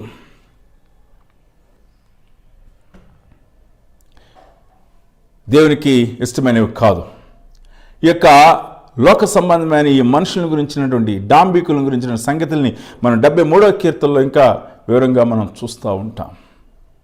నిర్దేవులు, దేవునికి అసహ్యమైన వారు. 9వ వచనంలో, వారి నోట యథార్థత లేదు, వారి అంతరంగము నాశనకరమైన గుంట, వారి కంఠము తెరిచిన సమాధి, వారు నాలుకతో హెచ్చుకములాడుదురు, దేవ వారు నీ మీద తిరగబడి ఉన్నారు, వారిని అపరాధులుగా తీర్చుము. దేవుని బిడ్డలారా, ఇదంతా కూడా మనం చూస్తున్నప్పుడు మనకి ఏమర్థమవుతుంది? It is not talking derogatorily about the wicked, and it is talking fearfully about the holiness of God. ఈ యొక్క వాక్య భాగములు మనం చదువుతున్నప్పుడు మరి దుర్మార్గుల గురించి నీచమైన భాషలో మాట్లాడుట కాదు, కానీ దేవుని యొక్క పవిత్రతను గురించి ఉన్నతమైన విధానంలో మాట్లాడుట. ఆయన పరిశుద్ధుడు. ఆయన పరిశుద్ధుడైన దేవుని దగ్గర ఈ పాప సంబంధమైనది, డాంబికము కానీ, మరి దుష్టత్వము కానీ, పాపము కానీ, అబద్ధము కానీ, మరి నరహత్య కానీ, కపటము కానీ, మరి యథార్థత లేనితనము కానీ, మరి ఆ యొక్క ఇచ్చకపు మాటలకు కానీ ఇవేమి కూడా ఆయన సన్నిధిలో నిలబడవు. వారు దేవునికి అసహ్యులు అని చెప్తూ ఉంటున్నారు. ఎందుకు ఈ మాట చెప్తున్నాడు? ప్రతి ఒక్కరికి కూడా దేవుని సన్నిధికి వెళ్ళినప్పుడు మనం పరిశుద్ధులుగా, నీతిమంతులుగా కనపడవచ్చేమో, కానీ మనము దేవుని యొక్క పరిశుద్ధమైన సన్నిధికి వెళ్ళినప్పుడు మన యొక్క హృదయపు అంతరంగపు స్థితి బహిర్గతం చేయబడతా ఉంది. దేవునికి అసహ్యమైనవి మన జీవితంలో ఉన్నప్పుడు ఆయన అసహించుకునే వాటిని మనము కూడా అసహించుకుని విడుదల పొందవలసిన వారమై ఉంటున్నాం. In the holy presence of God, recognise the holiness of God. దేవుని యొక్క కృప, దేవుని యొక్క పరిశుద్ధతను మనము గుర్తెరగవలసిన వారమై ఉంటున్నాం. ఆయన పరిశుద్ధతలోనికి వెళ్ళుచున్నాం అనే సత్యాన్ని మనం గ్రహించవలసిన వారమై ఉంటున్నాం. ప్రభునందు ప్రియమైన దేవుని బిడ్డలారా, ఇక్కడ మనం చూస్తున్నప్పుడు యెషయా గ్రంథం 6వ అధ్యాయం 5వ వచనంలో మనం చూస్తున్నప్పుడు దేవుని యొక్క పరిశుద్ధమైన స్థలంలో యెషయా ఉన్నాడు. ఆయన దేవుని యొక్క పరిశుద్ధమైన సన్నిధిలో ఆయన చేస్తున్నటువంటి ఒప్పుకోలు, అయ్యో నేను అపవిత్రమైన పెదవులు గలవాడును, అపవిత్రమైన పెదవులు గల మనుషుల మధ్య మనం నివసించేవాడును, నేను నశించి తిని, రాజును సైన్యములకు అధిపతి యెహోవాను నేను కనులారా చూచి తిని.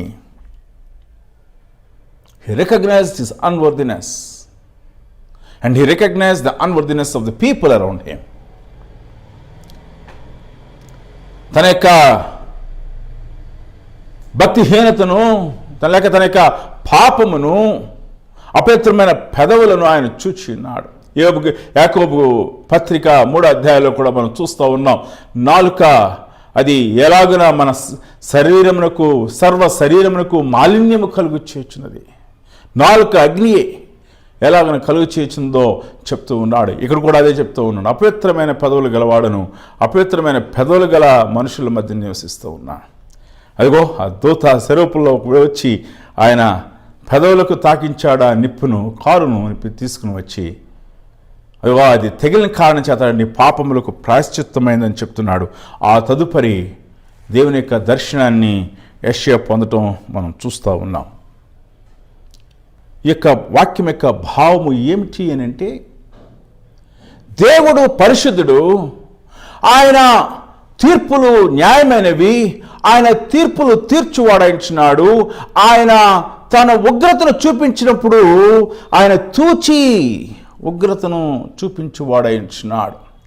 చార్లెస్ స్పర్జన్ అటువంటి ఆయన ఒక గొప్ప మాట చెప్పి ఉన్నాడు. ఆయన ఏమన్నాడంటే, God's judgments are all numbered, but his mercies are innumerable. ఇంకేమన్నాడంటే, he gives wrath by weight. ఆయన తూచి ఆయన ఉగ్రతను కుమ్మరించి వాడించినాడు. But without weighing his mercies he showers. తూకము లేకుండా తన కృపను ఆయన కృమ్మరించువాడు, తన యొక్క ఆయన కనికరాన్ని చూపెట్టువాడు అని చెప్తూ ఉంటున్నాడు. God's judgements are numbered.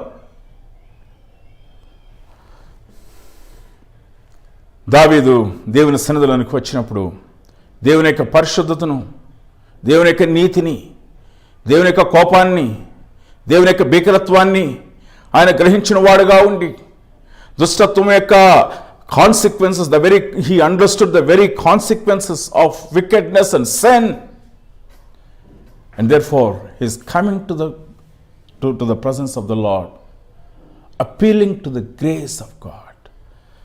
దేవుని యొక్క కృపాతిశయముల కొరకు ఎదురు చూస్తున్నాడు. నేనైతే నీ కృపాతిశయములను బట్టి నీ మందిరములో ప్రవేశించెదను. 65వ కీర్తనలో మనం చూసినట్లయితే అద్భుతమైన మాట అక్కడ మన కొరకు వ్రాయబడి ఉన్నది. మనమందరం కూడా దేవుని సన్నిధిలోనికి వెళ్ళుచున్నప్పుడు ఆయన పరిశుద్ధత దగ్గర మనం నిలబడలేమనే విషయాన్ని మనం జ్ఞాపకం చేసుకునవలసిన వారమై ఉంటున్నాం. 65వ కీర్తనలో మరి 2వ వచనము 3వ వచనము, నా ప్రార్థన ఆలకించువాడా సర్వ శరీరులు నీ యొద్దకు వచ్చెదరు, నా మీద మోపబడిన దోషములు భరింపజాలనివి, మా అతిక్రమముల నిమిత్తము నీవే ప్రాశ్చిత్తము చేదువు. మా అతిక్రమముల నిమిత్తము నీవే ప్రాశ్చిత్తము చేదువు. You have made the sacrifice. నీ ఆవరణంలో నివసించినట్లు నువ్వు ఏర్పరచుకొని చేర్చుకునేవాడు ధన్యుడు. ప్రభువే మన పాపం విషయమై ఆయన ప్రాయశ్చిత్తము చేర్చున్నవాడుగా మనం దేవుని యొక్క వాక్యంలో మనం చూస్తూ ఉంటున్నాం. దేవుని యొక్క తీర్పులు అవి లెక్కించబడినవి. ఆయన భీకరుడు, ఆయన సన్నిధిలోనికి ఎవరు కూడా ఆయన వెళ్ళలేరు. కానీ మనము దేవుని సన్నిధిలో మనము కనపడుచున్నప్పుడు ఆయన మన కొరకు ప్రాయశ్చిత్తము చేయుచున్నాడు. ఇదిగో యోహాను సువార్త మనం చూస్తున్నాం 4వ అధ్యాయంలో సమరయ స్త్రీ యేసుక్రీస్తు ప్రభువారి దగ్గరకు వచ్చినది. యేసుక్రీస్తు ప్రభువారి దగ్గర ఆయనను ఆరాధించడానికి ముందుగా మరి ఆ మెడిటేషన్స్ ఆమె ఇస్తూ ఉన్నది. తన దేవుని గురించిన వాక్యం గురించిన అనేకమైన సత్యాలు తెలియచేస్తూ ఉన్నది. అకస్మాత్తుగా ఆమె పాపమును ఎదుర్కొనవలసి వచ్చింది. God Christ made her to encounter with the problem of sin. పాపమును గురించి ఆమె ఎదుర్కొన్నట్లుగా చేసి ఉన్నాడు. He made her to squarely encounter with her own sin. ఆమె పాపమును గురించి తను పూర్తిగా తెలుసుకోవాలని ఆయన కోరుకుని ఉన్నాడు. ఆమె పాపాన్ని అర్థం చేసుకున్నది. యేసుక్రీస్తు ప్రభువారి దగ్గర ఆ పాపమును ఒప్పుకుంటున్నది. ఆయనే పాపముల విషయమై ప్రాయశ్చిత్తము చేసిన వాడుగా ఉంటున్నాడు. దేవుని బిడ్డలారా, ఆయన సన్నిధిలోనికి వచ్చుటకు ఆయన మనకు సహాయము చేయవాడైంటున్నాడు. మన పాపములను మనల్ని విడిపించువాడు అయింటున్నాడు. కీర్తన గ్రంథం 39వ కీర్తనలో మనం చూస్తుంటున్నప్పుడు 8వ వచనము, నా అతిక్రమలను బట్టి నన్ను విడిపింపుము, నా అతిక్రమలన్నిటి నుండి నన్ను విడిపింపుము, నీచులకు నన్ను నిందాస్పదముగా చేయకుము, నా అతిక్రమలన్నిటి నుండి నన్ను విడిపింపుము. 32వ కీర్తనలో మనకు అద్భుతమైన కీర్తన మనం చూస్తూ ఉన్నాము. మరి తన అతిక్రమలకు పరిహారం నందినవాడు, తన పాపములకు ప్రాశ్చిత్తం నందినవాడు ధన్యుడు. యెహోవా చేత నిర్దోషని ఎంచబడినవాడు, ఆత్మలో కపటము లేనివాడు ధన్యుడు. 5వ వచనము, నా దోషమును కప్పుకొనక నీ ఎదుట నా పాపమును ఒప్పుకొంటిని, యెహోవా సన్నిధిని నా అతిక్రమములను ఒప్పుకొందును అనుకుంటుని, నీవు నా పాప దోషమును పరిహరించి ఉన్నావు. కావున దర్శన కాలమందు భక్తి గల వారందరూ నేను ప్రార్థన చేయుదురు. Is going into the presence of God not only with a prepared heart, he is going into the presence of God with a fearful heart. భయభక్తులతో కూడిన హృదయంతో వెళ్తున్నాడు. He is going into the presence of God with a repentant heart. పశ్చాత్తాపంతో కూడిన హృదయంతో వెళ్తున్నాడు. He is going into the presence of God in hoping that the God would do the propitiation. ఆయన ప్రాయశ్చిత్తము చేయవాడు అనే విషయాన్ని గ్రహించుకొని ఎదురు చూస్తూ వెళ్తూ ఉంటున్నాడు. దేవుని బిడ్డలారా, ఇక్కడ దుష్టులను గురించి సంబోధిస్తున్నప్పుడు దేవుని యొక్క భయమును గుర్తు చేసుకుంటూ దావీదు వెళ్తూ ఉంటున్నాడు. 3వదిగా మరి మనం ఇక్కడ చూస్తున్నప్పుడు 7వ వచనంలో మనకు కనిపిస్తూ ఉంది, నేనైతే నీ కృపాత్సయమును బట్టి నీ మందిరములో ప్రవేశించుదును, నీ ఎడల భయభక్తులు కలిగి నీ పరిశుద్ధాలయము దిక్కు చూచి నమస్కరించుదును. నేనైతే the wicked are perished because they have not come for the forgiveness of sins. They have not come to God for the forgiveness of sins. The wicked have not confessed their sins. The wicked have not recognized the grace of God that is offered, that is available for them. They made a mockery of the grace of God. కానీ నేనైతే, అద్భుతమైన మాట, నిన్నే అని చెప్తున్నాడు. It's an exclusive statement. ఇక్కడ ఏమంటున్నాడు, నేనైతే. ఇది కూడా ఎక్స్క్లూసివ్. ఎవరిది ఏదైనా కానివ్వండి, నేనైతే I don't go by what others say, I don't go by what others follow. నేనైతే. ఈ మాట మనం చూస్తూ ఉన్నాం. యెహోషువ మాట్లాడుతున్నాడు, మీరు ఎవరిని సేవిస్తారో నాకు తెలియదయ్యా, నేనును నా ఇంటి వారు నేను. పేతురు కూడా తను కొంచెం ఈగోయిస్టిక్గా మాట చెప్పినప్పటికీ కూడా, నేను నిన్ను విడువను, నేనైతే. దుప్పి యొక్క లక్షణం, అడవిలో ఉన్న అన్ని జంతువులు కూడా మరి ఎక్కడ నీళ్ళు దొరికితే అక్కడ నీళ్ళు తాగుతాయి. దుప్పి మాత్రం ఎక్కడ నీళ్ళు పెడితే అక్కడ నీళ్ళు తాగవు. దుప్పి ఆ సెలయేరు కొరకు పరిగెడుతుంది. దాహం వేస్తున్నప్పుడు, ఆ పరిగెత్తున్నప్పుడు ఇంకా ఎక్కువ దాహం వేస్తుంది. అది ఇంకా కూడా ఆ దుప్పిని మరి ప్రోత్సహిస్తుంది, ఆ ఇన్స్టింక్ట్స్ని మోటివేట్ చేస్తుంది. ఎక్కడికి దుప్పి పరిగెడుతుందంటే, ఎక్కడైతే శ్రేష్టమైనటువంటి, ఎక్కడైతే అమూల్యమైనటువంటి, ఎక్కడైతే నిశ్చలమైనటువంటి, ఎక్కడైతే ప్రమాదం లేనటువంటి ఆ యొక్క సెలయేరు ఉంటుందో, ఆ ప్రవహించే సెలయేరుకు దగ్గరికి పరిగెడుతుంది. అందుకనే కీర్తనకారుడు చెప్తూ ఉన్నాడు, దుప్పి నీటి వాగుల కొరకు ఆశపడుచున్నట్లు దేవా నా ప్రాణము నీ కొరకు తృష్ణ కొని ఉన్నది, నీ కొరకు ఆశపడుచున్నదని చెప్తున్నాడు. కీర్తన గ్రంథంలో మనం చూస్తూ ఉన్నాం, దుప్పి నీటి వాగుల కొరకు ఆశపడుచున్నట్లుగా. దేవుని బిడ్డలారా, నేనైతే. ఎంత గొప్ప మాట. 42వ కీర్తన, దుప్పి నీటి వాగుల కొరకు ఆశపడుచున్నట్లు దేవా నీ కొరకు నా ప్రాణం ఆశపడుచున్నది, నా ప్రాణము దేవుని కొరకు తృష్ణ కొరుచున్నది, జీవము గల దేవుని కొరకు తృష్ణ కొరుచున్నది.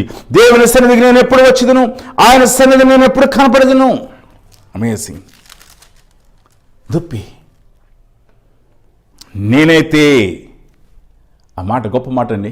ఏం చేస్తాడు? నేనైతే నీ కృపాత్సమ్యను బట్టి నీ మందిరములో ప్రవేశించదను. నేను నీ సన్నిధిలోనికి రావటానికి కారణం నా యొక్క భక్తి, నా నీతి కాదు, కానీ నీ కృప, యువర్ గ్రేస్. ఇంతకుముందు మనం ఆ యొక్క స్టేట్మెంట్, స్పర్జన్ చెప్పినటువంటి స్టేట్మెంట్ చదువుకొని ఉన్నాము. God's judgments are numbered, but his mercies are innumerable. He gives wrath by weight, but without weighing his mercies are showered upon us. ఆయన కొలతలేని, మితిలేని కనికరాన్ని ఆయన మన మీద కృమ్మరించినాడు, కనికరం చూపించినాడు. కాబట్టి నేను నీ సన్నిధిలోనికి ప్రవేశించడానికి ఆస్పదము ఏమిటి అని అంటే నీ కృప, నీ కనికరం. దేవుని బిడ్డలారా, 2021వ సంవత్సరంలో మనం ప్రవేశించినామంటే మనల్ని మనం తీసుకున్నటువంటి సెల్ఫ్ కేర్, సెల్ఫ్ ప్రొటెక్షన్ కాదు. మనం జీవం గల దేవుని సన్నిధిలోనికి వచ్చుచున్నామనంటే అది మన నీతి, మన భక్తి, మన ప్రార్థన కాదు. 2021వ సంవత్సరంలో దేవుని సన్నిధిలో మనం కనపడుచున్నామంటే ప్రతిసారి కూడా మన దేవుని సన్నిధిలో కనపడటానికి ఇదిగో దావీదు చేసినటువంటి ఈ ప్రార్థన, నేనైతే నీ కృపాత్సయమును బట్టి నీ మందిరంలో ప్రవేశించదను. అమేజింగ్. దేవుని బిడ్డలారా, దేవుని మందిరానికి వస్తున్నప్పుడు నీ జీవితంలో ఈ యొక్క వాక్యాన్ని ధ్యానం చేసావా? నేను చర్చ్కి వెళ్తున్నాను, నేను చర్చ్కి వెళ్తున్నప్పుడు ఆయన కృపాత్సయమును బట్టే నేను వెళ్ళగలుగుతున్నాను, ఆయన నాకు ఈ అవకాశాన్ని ఇచ్చాడు. ఎంత గౌరవప్రదమైనటువంటి మాటను ఆయన ఇక్కడ చెప్తూ ఉంటున్నాడు. నీ ఎడల భయభక్తులు కలిగి నీ పరిశుద్ధాలయం దిక్కు చూచి నమస్కరించదను. సిద్ధపాటుతో వెళుతున్నాడు, ఆరాధన కొరకు వెళుతున్నాడు, ఆయన నమస్కరిస్తూ ఉన్నాడు. He knew where he was going. ఆయన ఎక్కడికి వెళ్తున్నాడో ఆయనకి తెలుసు. ఎలాగున జ్ఞానులు వారు ఎవరిని దర్శించడానికి వెళ్తున్నారో వారు ఎరిగిన వారిగా ప్రయాణమయ్యారో, వారు యూదులకు రాజు పుట్టి ఉన్నాడు, ఆయన దర్శించడానికి వెళ్తామని సిద్ధపడ్డారో ఆ కారణం చేతనే వారు రాజుకు తగిన రీతిగా కానుకలను తీసుకుని వచ్చినారు. ఆ కారణం చేతనే వారు యూదులకు రాజు అయినటువంటి యేసుక్రీస్తు ప్రభువారు నా ఇంటిలో చూచినప్పుడు, నక్షత్రం నిలిచిన స్థలంలో చూచినప్పుడు ఆయనను చూచి సాగిలపడి మొక్కినట్లుగా, ఆయనకు నమస్కారం చేసినట్లుగా మనం చూస్తూ ఉన్నాం. దేవుని బిడ్డలారా, when they had prepared to meet the king, they prepared with all of the possessions, with all of their attitude and the heart to meet the king and express their reverence to the king. And then God had opened their eyes to see him not just a king but as a Messiah, as God. So they worshiped Christ. ప్రతి దినం కూడా మనము దేవుని సన్నిధికి వెళ్తున్నప్పుడు మనము ఈ యొక్క యాటిట్యూడ్ మనం కలిగిన వారంగా ఉండాలి, ఈ వైఖరి కలిగిన వారంగా ఉండాలి. నేనైతే జీవము గల దేవుని సన్నిధికి వెళ్తున్నాను. My daily prayer, when I'm praying, I'm going into the heavenly going into the midst of the heavenly host. పరలోకపు సమూహం మధ్యకు వెళ్తున్నాను. నేను దేవుని యొక్క సింహాసనం దగ్గరికి వెళ్తున్నాను. ఆయన యొక్క పరిశుద్ధమైనటువంటి ఆయన సన్నిధికి నేను వెళ్తున్నాను. Heaven is open for me. ఎలాగనా దానియేలు దేవుని ప్రార్థించుటకు, యెరూషలేము వైపు చూచుటకు తన ద్వారము కిటికీని తెరిచి ఉన్నాడో, అలాగన మన హృదయపు ద్వారమును తెరిచి పరలోకం వైపు మన దృష్టి చెల్లించవలసిన వారమై ఇచ్చున్నాము. దేవుని బిడ్డలారా, ఎప్పుడైతే మన హృదయం తెరుస్తామో, దానియేలు అతని కిటికీ తలుపులు తెరిచినాడు, కానీ మన హృదయము మనం ఎప్పుడైతే తెరుస్తామో పరలోకము వైపు మనం చూస్తామో, దానియేలు యెరూషలేము వైపు చూచినాడు, మనం పరలోకం వైపు చూస్తామో, పరలోక ప్రత్యక్షతను మనం పొందుకున్నప్పుడు మనం ఆయన్ని ఆరాధించగలం. A true worship. 2021 సంవత్సరంలో పరిశుద్ధాత్మ దేవుడు అలవాటుతో కూడినటువంటి ఆరాధన, సంవత్సరాల తరబడి నువ్వు చేసినటువంటి మరి ఒకసారి అనాలోచనతో నువ్వు చేసినటువంటి ప్రార్థనలు కాదు, కానీ దేవుని వాక్యాన్ని నువ్వు ధ్యానించడం ద్వారా ఆయన నీ హృదయంలో దేవుని గురించిన తలంపులు నింపినటువంటి ఆ యొక్క ఆరాధన, తెరవబడినటువంటి పరలోకాన్ని చూచి ఆరాధించగలిగినటువంటి వాక్యములో ఉండి ఆయన ప్రత్యక్షతను మనకు అనుగ్రహిస్తున్నప్పుడు ఆ ప్రత్యక్షతను అనుసరించి లేఖనానుసారమైన ఆరాధన మనం చేయటానికి, ఆయన సన్నిధిలో సాగిలపడటానికి 2021 సంవత్సరంలో ప్రభువు మనకు సహాయం చేయనట్లుగా మనము ప్రార్థన చేయవలసిన వారమైంటున్నాం. ఆయన అడగవలసిన వారమైంటున్నాం. నేనైతే నీ కృపాశ్రయమును బట్టి నీ మందిరంలో ప్రవేశించదును, నీ ఎడల భయభక్తులు కలిగి నీ పరిశుద్ధాలయం దిక్కు చూచి నమస్కరించదును.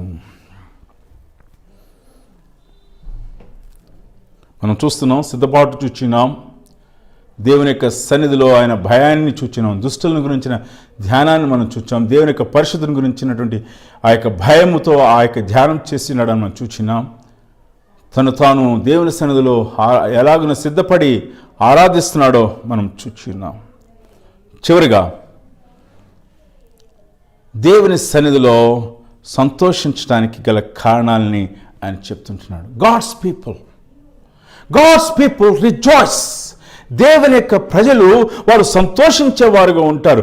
ఎవరైతే దేవుణ్ణి దేవుడిగా చేసుకుని ఉన్నారో, దేవుణ్ణి తమకు ప్రత్యేకమైన మరి దేవుడిగా తమ హృదయ సింహాసనం మీద రాజుగా వారు చేసుకుని ఉన్నారో, ఎవరైతే తమ పాపం విషయమై ప్రాయశ్చిత్తం పొంది ఉన్నారో, క్రీస్తు రక్తంలో కడగబడి ఉన్నారో, ఎవరైతే పరలోకపు ద్వారము తెరవబడట వారు చూచి ఉన్నారో, ఎవరైతే భీకరుండేటువంటి దేవుణ్ణి వారు ప్రార్థన చేయడం నేర్చుకున్నారో, ఆయన ఆరాధించడం నేర్చుకుని ఉన్నారో, వారు హృదయాలు సంతోషంతో నింపబడి ఉంటాయి.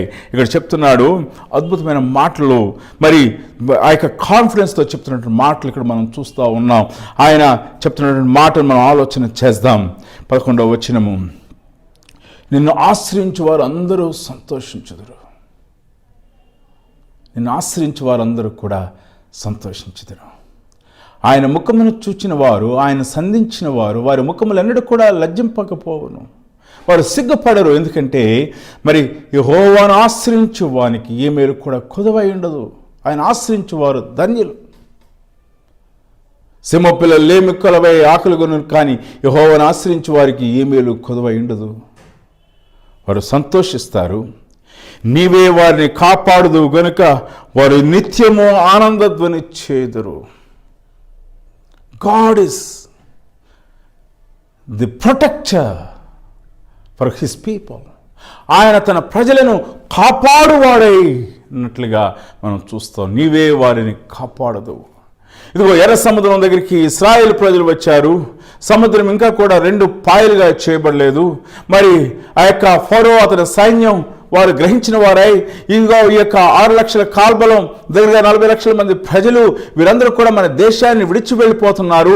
మనకి బానిసలు ఉండరు, మన బాసాన్లు కడిగే వాళ్ళు ఉండరు, మనకి ఇటుక తొక్కే వాళ్ళు ఉండరు, మనకి పిరమిడ్స్ కట్టే వాళ్ళు ఉండరు, మన పొలంలో పనిచేసే వాళ్ళు ఉండరు, మనకి యుద్ధం కొరకు సైనికులు ఉండరు. కాబట్టి వీరిని వెళ్ళకనివ్వకూడదు అనేటువంటి దురుద్దేశం చేత వారు ప్రయాణమే వస్తూ ఉన్నాడు. ఇశ్రాయేలు ప్రజలు భయపడ్డారు. మోషే దేవుని సన్నిధిలో కనిపించాడు. ఇదిగో ఎర్ర సముద్రం పాయలైంది. ఇశ్రాయేలు ప్రజలందరూ కూడా ఆరిన నేలను వెళ్ళారు. ఇది దేవుని ప్రజలకు అది ఆరిన నేల. కానీ ఐగుప్తు ప్రజలకు, ఐగుప్తు సైన్యమునకును రాజునకును అది ముంచివేయబడే మహాసముద్రమే. ఎర్ర సముద్రంలో ఇశ్రాయేలు ప్రజలు ఆరిన నేల నడిచారు. ఐగుప్తీయ సైన్య సమూహం అంతా కూడా ఎర్ర సముద్రంలో మునిగి చనిపోయారు. నువ్వు వారిని కాపాడుదువు కనుక నిత్యము ఆనందధ్వని చేదురు. నీ ప్రక్కన 1000 మంది పడినను, నీ కుడి ప్రక్కన 10,000 మంది కూలినను ఏ అపాయము నీ యొద్దకు రాదు. వాస్తవం. ఆదిమ సంఘం మిషనరీ యాత్రలో సాతాను శక్తుల చేత నింపబడినటువంటి స్థలాలకు వెళుతున్నప్పుడు మిషనరీస్ని, పౌలును, శీలను, తిమోతిని వారిని హతమార్చడానికి అనేక ప్రయత్నాలు జరిగినప్పుడు కూడా కేడముతో కప్పినట్లుగా తన ప్రజలను కప్పినాడు. ఆనందధ్వని చేదురు. ఎందుకు ఆనందధ్వని చేస్తారు? ఆయన ఆశ్రయిస్తున్నారు. ఆశ్రయించి వారు సంతోషిస్తారు. ఎందుకు ఆనందధ్వని చేస్తున్నారు? వారిని కాపాడుదువు. ఆయన మన కేడము, మన కొండ, మన కోట, మన ఆశ్రయదుర్గము, ఆపత్కాలంలో నమ్ముకొనదగిన సహాయకుడు. We experience that. మన జీవితంలో దాన్ని అనుభవించి ఉన్నాం. పాండమిక్ కాంటెక్స్ట్లో దేవుడు మనల్ని కాపాడి ఉన్నాడు. మన ప్రాణములను కాపాడి ఉన్నాడు. 2021 సంవత్సరంలో మనం ప్రవేశపెట్టి ఉన్నాడు. అన్నిటికన్నా గొప్పదని కాపుదల ఏమిటో తెలుసా? అయితే కొంతమంది చనిపోయారు కదా దేవుని బిడ్డలు. అవును, తన చిత్తంలో ఉన్నవారు దేవుని సన్నిధికి వెళ్ళినారు. వారిని నరకము నుండి కాపాడి ఉన్నాడు. దేవుని యొక్క నిత్య రాజ్యమునకు వారసులుగా చేసి ఉన్నాడు. యెహోవా నీతిమంతులను ఆశీర్వదించేవాడు నీవే. కేడముతో కప్పినట్లు నీవు వారిని దయతో కప్పెదవు. కేడము ఆయనే, మన కేడము ఆయన దయతో కప్పువాడైంచినాడు. కావున నీ నామమును ప్రేమించువారు నిన్ను గూర్చి ఉల్లసింతురు. ఆయన ఆశ్రయించేవారు సంతోషిస్తారు. ఆయన నీతిమంతులు ఆశీర్వదిస్తాడు కనుక వారు దయతో కప్పుతారు. కాబట్టి మరి ఆయన ప్రేమించేవారు ఉల్లసిస్తారు, సంతోషిస్తారు, ఆనందధ్వని చేస్తారు, ఉల్లసిస్తారు. దేవుని సన్నిధిలో దేవుడు ఆయన మన జీవితంలో కాపాడి భద్రపరిచి నడిపిస్తున్నటువంటి సంతోషాన్ని మన హృదయంలో పెట్టువాడైనాడు. వెండి బంగారములను బట్టి కలిగేటువంటి సంతోషము కాదు, కానీ ఆయుష్ ఆరోగ్యమును బట్టి కలిగేటువంటి సంతోషము కాదు, కానీ ఈ యొక్క సంతోషము మరి ఈ లోకంలో అధికార ధనమును బట్టి కలిగేటువంటి సంతోషము కాదు, కానీ పేరు ప్రఖ్యాతులను బట్టి కలిగేటువంటి సంతోషము కాదు, కానీ ఇదిగో దేవునిని ఆశ్రయముగా చేసుకున్న ప్రజలను హృదయాల్లో ఆయన ఉంచేటువంటి సంతోషము, వారు చేసేటువంటి ఆనందధ్వని. నువ్వు ఆయన దీవెనలు యెహోవా నువ్వు ఆశీర్వదించినడలా అది ఎనటన్నిటికీ ఆశీర్వాదమే. అవును ప్రభునందు ప్రియమైన దేవుని బిడ్డలారా, ఇది పరలోకపు ఆశీర్వాదమును పొందిన ప్రజల యొక్క హృదయాల్లో ఈ యొక్క సంతోషం ఉంటుంది. ఆయనను ప్రేమించువారు కాబట్టి, కావున నీ నామమును ప్రేమించువారు నిన్ను గూర్చి ఉల్లసింతురు. In their memories they have their God. In their memories, they have the works of their God. In their memories, they have the knowledge of their God. In their memories, they have the memories of the worship of the living God. In their memories, they have seen the wonderful experience they have experienced in the holy presence of God. Therefore, they rejoice. దేవుని బిడ్డలారా, ఈ యొక్క ఉదయకాల సమయంలో మన యొక్క మనసుల్లో దేవుని వాక్యం నింపబడినప్పుడు, మన మనసుల్లో దేవుని కార్యాలు నింపబడినప్పుడు, మన మనసుల్లో దేవుని ప్రేమ నింపబడినప్పుడు, మన మనసుల్లో పరిశుద్ధాత్మ దేవుడు మన హృదయాల్లో, మన జీవితాల్లో చేసినటువంటి కార్యములను గురించినటువంటి ఆ యొక్క ప్రత్యేకమైన అనుభవాలు మన మనసుల్లో నింపబడినప్పుడు మనం సంతోషిస్తాం. ఈ లోక సంబంధమైనవి కాదు. ఈ లోక సంబంధమైన సంతోషము మరి అది తాత్కాలికమైనవి. అందుకని యేసుక్రీస్తు ప్రభువారు ఏమని చెప్పారంటే, ఐహిక విచారము ధనమోసం అని చెప్పి ఉన్నారు. అవి లోకంలో మన నిష్ప్రయోజనగా చేస్తాయి. అవి మొండ్ల తప్పుల వంటివి, అవి బాధ కలిగి చేసేవి. కానీ దేవుని సన్నిధిలో ఉండేటువంటి ఆశీర్వాదము, జీవము గల దేవుని సన్నిధికి వచ్చిన ద్వారా పొందేటువంటి ఈ యొక్క ఆశీర్వాదం మనం పొందాలని ఆయన ఆశిస్తూ ఉన్నాడు. దేవుని బిడ్డలారా, దేవుని సన్నిధిలో ఉన్నటువంటి ఆ కాన్ఫిడెన్స్ని బట్టి ఆ యొక్క ఆశీర్వాదాలను చెప్తున్నాడు దావీదు. సంతోషిస్తారు, ఆయన ఆశ్రయించేవారు సంతోషిస్తారు. నువ్వు వారిని కాపాడుతున్నావు కాబట్టి వారు ఆనందధ్వని చేస్తారు. నీతిమంతులను ఆశీర్వదించేవాడు నీవే. కేడుముతో కప్పినట్లు నీవు వారిని దయతో కప్పెదవు. కావున నీ నామను ప్రేమించేవారు నిన్ను గూర్చి ఉల్లసింతురు. 92వ కీర్తనలో మనం చూసినట్లయితే అద్భుతమైనటువంటి మాట మనకు కనిపిస్తూ ఉంది. దయచేసి చూద్దాం. 13వ వచనము, 92వ కీర్తన 13వ వచనము. యెహోవా మందిరమందు నాటబడిన వారై మన నీతిమంతులు వారు మన దేవుని ఆవరణలో వర్ధిల్లుదురు. నాకు ఆశ్రయదుర్గమైన యెహోవా యథార్థవంతుడనియు ఆయనందు ఏ చెడుతనము లేదని ప్రసిద్ధి చేటుకై వారు ముసలితనమందు ఇంకా చిగురు పెట్టుచుందురు. సారము కలిగి పచ్చుగా నుందురు. They prosper. వారు సంతోషిస్తారు. పరలోకపు సంతోషం మన హృదయాల్లో నింపబడాలి. మా నాన్నగారు వారి యొక్క సాక్ష్యం చెప్తూ ఉండేవారు. మరి ఆయన యొక్క సాక్ష్యంలో ఒక మాట మా ఇంట్లో ఎప్పుడు కూడా చెప్తూ ఉండేవారు. ఆయన ప్రభువుని తెలుసుకొనక ముందు ఆయనకి జీవితంలో ఎప్పుడు కూడా విచారంగా ఉండేవారు. ఏదో పోగొట్టుకున్న వాని వలె ఉండేవారని, ఎంతో భారంతో ఉన్న వ్యక్తిగా ఉండేవారని. కానీ ఏదైనానైతే యేసు ప్రభువుని తెలుసుకున్నారో, పరిశుద్ధాత్మదేవుడు ఆయన దర్శించినప్పుడు పాపం విషయం పశ్చాత్తాపడి మారు మనసు పొంది ఆయన బాప్తిసం తీసుకొని ఆయన దేవుని బిడ్డగా చేపడి ఉన్నాడు. ఆ దినము నుండి ఆయన హృదయంలో ఆ సంతోషము పోలేదు. ఆయన మరణం వరకు కూడా ఆ కాన్ఫిడెన్స్ని, ఆ సంతోషాన్ని హృదయంలో ఆయన నింపుకొని ఉన్నారు. దేవుని సన్నిధిలో ఉండేటువంటి సంతోషం. దేవుని బిడ్డలారా, ఈ 2021 వెల్కమింగ్ ఇయర్లో చాలామంది ఈ లోకంలో సంతోషమును గురించి ఆలోచన చేస్తూ ఉన్నారు. ఈ లోకంలో లోకం ఇచ్చేటువంటి సంతోషానికి, దేవుడు కలుగు చేసేటువంటి సంతోషానికి తేడాను గుర్తెరగాలని నేను ఆశపడుతున్నాను. The world want to celebrate the happiness. The happiness is external thing.